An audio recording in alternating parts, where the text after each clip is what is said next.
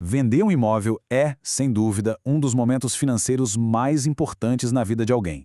E olha, a partir de 2026, com a reforma tributária, o cenário para essa operação vai mudar, e muito. Nessa nossa conversa de hoje, a gente vai desvendar as novas regras, os impostos e, o mais importante, as estratégias e isenções que podem significar uma economia de dezenas de milhares de reais no bolso. Então, para quem já está com planos de vender um imóvel nesse período, a primeira coisa é entender o que vem pela frente. É o passo número 1 para um planejamento tributário que seja de fato inteligente.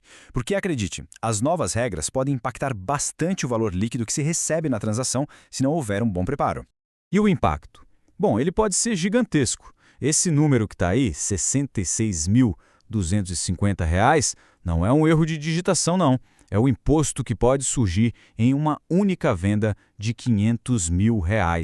Um valor que, por si só, já mostra a urgência de se planejar para evitar qualquer surpresa desagradável. Pois é, 2026 realmente inaugura um novo capítulo na tributação de imóveis. A reforma basicamente cria um ambiente mais complexo que vai exigir dos vendedores não só o conhecimento das regras antigas, mas também desses novos impostos que vão entrar em jogo.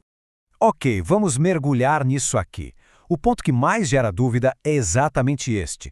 Uma única venda de imóvel pode, a partir de agora, estar sujeita a 2 impostos diferentes, com lógicas que não têm nada a ver uma com a outra.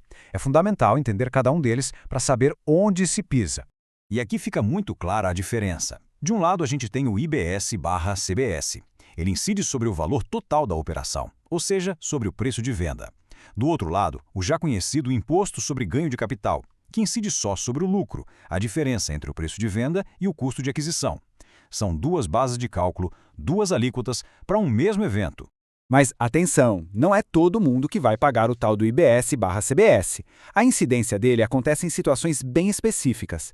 É para quem vende múltiplos imóveis comprados há pouco tempo ou para quem constrói e vende mais de uma propriedade num período curto. A grande maioria das vendas residenciais de pessoas físicas vai ficar de fora dessa. E esse cálculo aqui ilustra bem o peso do IBS/CBS para quem se enquadra.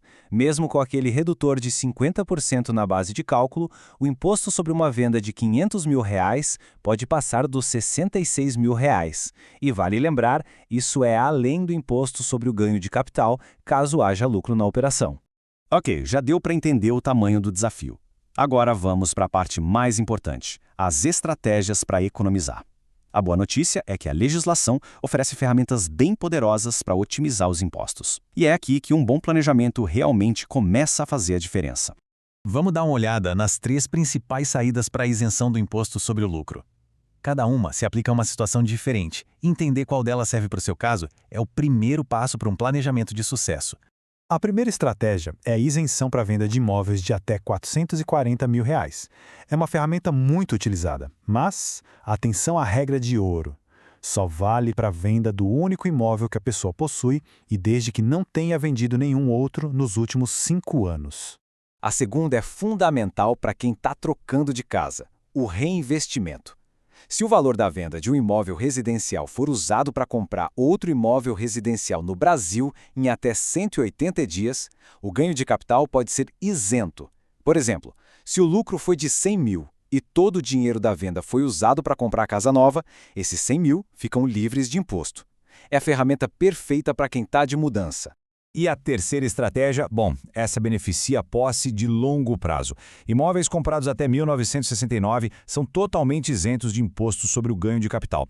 E para aqueles comprados entre 1970 e 1988, existem redutores que vão diminuindo o imposto a pagar ano a ano. É um belo reconhecimento ao patrimônio construído há mais tempo. Certo. Agora que a gente já conhece as ferramentas, como é que combinamos tudo isso em um plano de ação? É aqui que a teoria vira economia de verdade. Vamos ver como aplicar esse conhecimento para otimizar a venda na prática.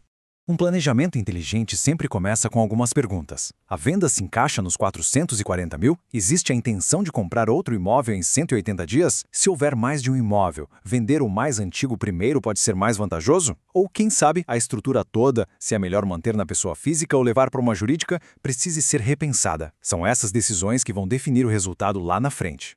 Como deu para perceber, não existe uma fórmula de bolo, né? A melhor estratégia vai depender do patrimônio, dos objetivos e do timing da operação de cada um. Aplicar essas regras do jeito certo é como montar um quebra-cabeça bem complexo onde cada pecinha importa. Então, o ponto crucial é este que está na tela. Essa frase resume perfeitamente a importância de tudo que a gente está discutindo. Não estamos falando de economizar troco, mas sim de preservar uma parte bem significativa do patrimônio que foi construído ao longo de anos. E é justamente para navegar nessa complexidade que a ajuda de um especialista se torna indispensável. A Experience Contabilidade e Finanças tem um diferencial muito claro: a especialização no mercado imobiliário. Eles não só entendem de tributos, eles entendem a dinâmica da compra e da venda de imóveis. Isso ajuda a traçar o melhor plano para cada transação e, claro, a maximizar a economia. E para fechar, fica a pergunta que é bem direta. Com um cenário tão novo e com tanto dinheiro em jogo, o planejamento para uma futura venda de imóvel está realmente preparado para as regras de 2026? A preparação inteligente, como a gente viu, começa muito antes de colocar a placa de "vende-se" na janela.